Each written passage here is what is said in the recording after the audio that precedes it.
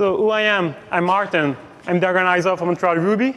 I'm working at a company called Telco Bridges on the South Shore. And I want to talk to you about RailsBridge before I start everything. So RailsBridge, I'm not sure who heard about it before. So the people from Ruby, that's not too bad. So RailsBridge is a course that we give about Ruby and Ruby on Rails for every level of developers. So the first level is for learning programming. So last time we had it, we had like 60 years old of difference between the youngest people and the oldest person. That's pretty nice. So they just come here, they just come over there to start learning about programming. It's 1 day and a half. That's pretty nice. And then you have the mid-level, which is Introduction to Rails, which is Introduction to Web Development. So you can do the same thing with Django. And the last one is Advanced Rails, so more you learn more like libraries and other stuff that are needed to be able to do real web development. That's it. Why we are here, Rails versus Django. So first thing I want to say is that if you know Rails, you really don't need to know Django. Okay, no tomato? Okay, I'm good. I'm saying that because if you know Django, you don't need to know Rails either. So that's pretty much equal. Saying that because for me, both frameworks are equivalent. They don't do the same. They do pretty much the same thing. They all have their own opinion, do different things. But in the end, they do the same job. If you prefer Python, use Django. If you prefer Ruby, use Rails. That's pretty much the trick. So in the end, it's the Python, the Ruby.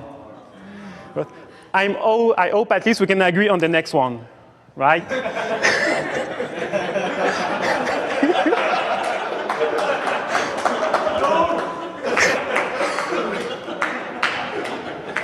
Okay.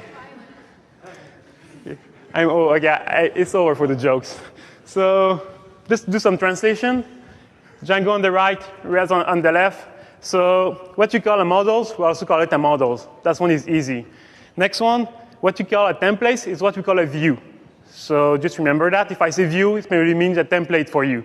But if I'm speaking about controllers, it means views for you. So this one is kind of ugly. And the last one, URL and routes, it one's pretty easy. It's really the view that is harder to understand. So a bit of tools translation.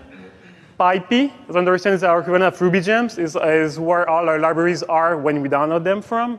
Pip is your library downloader, how you manage your stuff. We use Bundler for it. And it's also make us a production environment. So if you have multiple libraries in the same host, each Rails project will run with its own library. I'm not sure if Pip do the same thing. I didn't catch that part. PDB, which is your debugger. For us, it's called debugger or bytebug. Bytebug is for Ruby 2.0. The other one is for 1.9 or 1.8. And the last one is RVM, which is our RVM install 1.9.3, which is not the Ruby version. We don't use the package manager of the OS. We use RVM or RBenv to do it. I think it's virtual env that use the package manager, and PyEnv it was started from Ruby environment, so I think it's the same idea at the back. So if we continue, in Django you use like generic templates, so it means that you build your views from scratch and you put everything in it. In Rails we can use scaffolding, which will generate all what we need for our project. For the part of our project we're needing. So it will create for us the models, the controller, and the views. If you talk to any advanced Rails programmer, it will tell you it doesn't use it anymore because it gives you too much messy code that you don't want to support in the long run. But if you're starting, it's just pretty nice to have it. That's one, the models, which is what you use as an ORM, as I saw from the Django website. For us, it's called Active Record, which was built in Rails at the start, but is now extracted from Rails. So that's pretty cool. So it's the ORM, so managing everything from foreign key to methods on the object and stuff like that. Next one, admin interface, which is by default with Django. We don't have that with Rails. If you want to have something similar, we can include a library called ActiveAdmin. It will give you an admin panel in the back. But most of Rails projects don't have admin built in from them. We always built in from scratch. Authentication, which you have by default in Django. We use another library called Devise. for Rails. It's the classic one, the one that's the most used. Your authorization, which is by default also. We use can, which is another library. So even if normally Rails run test, there is more convention in it, you have more features in the framework that we have for different needs that you have to build a web application. And the last one is South, which will be included in Django in the next version. For us, we have migrations since a long time that do everything we need for the migrations. And at the bottom, what I add, what I understand from both frameworks. Django was built for server speed, and Rails was built for programming speed. So with Rails, normally it will take you less time to write the website, but it will be slower to run on your host. So that's the main difference between both frameworks, is that they don't have the same basic idea at the start. Let's talk a little bit about Rails, since you already know Django. Just want to talk a little bit about the magic or the convention that we have. So what happens is just we have some rules that we need to follow so the framework will work. They're not written anywhere except in the documentation. You just need to know them. That's kind of how it is. So project types, which is a kind of models that I have that is called project type. And it will always be in the file app models project type.rb all the time. That's by convention, it's always be there. It's controller, if you want to do save on it, will always be in app controllers project types controller.rb. It's not that stupid as a convention. Our views will be in app views project types, and the views will be there, or the templates. And the database, the table will be called project types. The ID is ID, and if you have another foreign key like on project, it will be project_ID. Like if you were using project type as an ID in the database, it will be project type ID with underscore between each. So that's the convention. And lastly, the routes, they will always be in config/routes for the whole application. So if we continue with the routes, so resources, column project types. We create all the RESTful routes that we need for project types. RESTful is what Rails use as the basic thing. We always use RESTful routes most of the time. So you get of the localhost 3000 is the default URL for Rails. I don't know which one you use for Django, but for Rails we always use port 3000 by default. So if you go on get project types, you go the index or the list of all the project types that are available. If you do /new on that, it will be the view to create a new one. As you can see at the same time, it will call the method called project types controller. The method called new will be invoked automatically if you go to that path. And at the same time, the view that will be loaded will be in app views project types new.html.erb, which is the default view also. So everything is there at the start, so you don't need to do a lot of routing inside your code. Everything is there already. So post of project types, which means that you want to create a new one. If you do get on project type /1, it will give you an edit of the project type with the ID 1. And if you do /edit, if you have /edit, is the edit. If you don't have /edit, is the show one.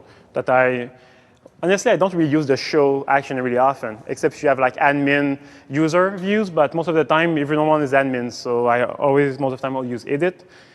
And the last one, if you have post patch on the same one as show, which will be an update. And put patch normally don't exist with browser, so it's a post request with an external attributes telling you which one it is. And delete is the same thing. So I heard that it's a little bit tricky to do routes in Django. So I give you like 3 examples that do exactly the same thing, so you have the choice. The first one, say get on /project type /column ID, which means it will be you put it in the controller project types in the action show, and the attribute ID will be the one that got extracted from the line. Second one is the same idea, but instead of putting controller in action, we use the way I showed the last one. So the controller is on the left, and after the sharp, you get the action. And the last one is you can call resources, but just limit it to only one one of the methods will show. You have also except, which means you have all of them except one, depending on which one you want to have. And another thing that's really neat is the nested routes. So if you have resource post do, which is create a block, we do resource comments, because this is how we do normally each in Ruby. It will give you 2 examples. So the first one, post, will give you the post/1 view for it. And you also have post/1 comments/1, which mean you want to see the post 1, the comment with the ID 1 in it. So it just means that comments are inherited from posts. So you need to have a post to be able to have a comments in your routes. So this is how Rails define which you should build your URL. So another thing that is neat is that the framework will auto-load your classes. So if you want to access project type for the first time, just type project type, and the framework will just search in the right file. So this is why the file is called project-type.rb, because Rails now know where to find it. This is why we have the convention. So you don't need to have the import or require in Ruby. The framework do it for you directly. When you create a new Rails application, you have the default git in your. So you just commit in git directly. Everything is what need to be in your is already in your. So you don't need to mess around with it. It's already built. And the views MIME type is another tricky thing that is fun with views. So if you want to accept project types, the list, it will give you the HTML MIME by default, so the HTML view. But if you do project types.json, it will give you the JSON representation of the same data. So you don't need to have another controller or other codes to do the same thing. You just load the same data, and the MIME that the framework will support by default will change it for you. The asset pipelines. This one is pretty nice.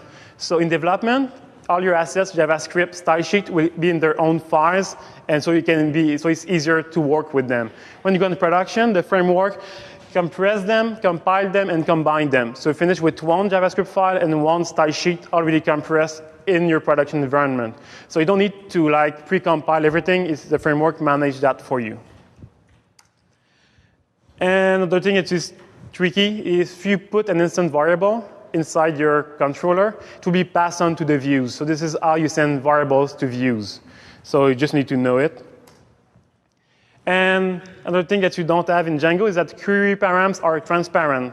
So params is the global variable that gives you access to any attributes from the route or from any query params. So you need to know it. I know in Django you have one variable for the URL params and another one for the query params. So what is the pros about the convention? So it's faster to develop because you don't need to write a lot of routing thing inside your code. Rails take care of the reloading. It's a lot easier to see someone else's application because it will be built as the same thing as yours. It's easier to write gems. This is why we have so much libraries for Rails, that everyone has the same code, the same structure. So you can inject your code easily in any application. And this is what people will expect you to do, because you use the same structure as what you expect. And it's things easier for newcomers because you don't need to manage all that things. On the other side, the cons. So the first one, you need to know and very much better understand the convention. This is code. This is running in the background. It's not really magic. Bug can be a lot harder to find. This is why debugger is pretty cool, because you can go directly in the framework and see what is going on. So you can better understand the convention and be able to debug your stuff at the same thing. And it's harder for Rails newcomer because you need to know the convention. Pretty much go with the first point. Just got some libraries that we're using. Maybe I will just talk about them a little bit. First one is Device, which is authentication. It's pretty easy. Authorization, declarative authorization in Relify. If you go on a website called Ruby Toolbox, you get all those libraries on there, and they are classified by popularity by GitHub for GitHub download and stuff like that. So we can know by just doing that Kenken has 75% of the Rails market. So if you want to do authorization, go with Kenken. Device is 95% or something. So if you want to do authentication, you use Device by default. Views, I told you that you can have like view like show.html.erb, which is one of the compiler for your views. So I think for your templates you use something like Mustache. For Rails you can choose which one you have. You have ERB, AML, Slim, or any other one that are defined as a library. You just need to put the right n at the line that's at the end of the file, and Rails would run the good parser to understand what you want in your view. And by the way, Slim and AML are using the same thing as Python, that you don't need to close your bracket, so it's just using the indentation to close HTML, which is personally what I prefer when I write the HTML tags. And we just talked about test. In Ruby, we have a lot of libraries to do it. That's just not comparable to any other language, I think. And if you need anything, it's probably on GitHub already. I think it's the same thing for you with Python and Django. But for us, it's just if you search something, just GitHub and the name, and you probably find 2-3 libraries for it. Just want to talk a little bit about test. For me, I think Ruby is the R&D for test framework, because we have a lot of them. We make a lot of tests with them. Main reason is that in Ruby, you can inject code in any class or any instance of a class at any point in the execution. So if you just say, I got like my HTTP class that have a get method that will do some IO, you can just say to in my test, you will receive someone will call get on you. When that happens, do nothing and return success as a string. So it's pretty like you just mark everything you want inside the object. Even if the code is badly written, you can still test it because you can inject everything everywhere in it. Normally, you should build it that is easier to test, but if you are really stuck with it, you can do it. Just before I finish, some funny things that I saw. Django admin customization. It's our kind of work like Rails convention. You need to use the right file name at the right place, so the framework will load them automatically, and you will be able to customize your views with it. Rails do exactly the same thing, but for everything. Your file format with different app in it. This is what we call also a Rails engine. So Rails engine is like other Rails app that you can inject in your own app. And the last thing, Python and Django are older than Rails and Ruby. Python by 10 years and Django by about 6 months.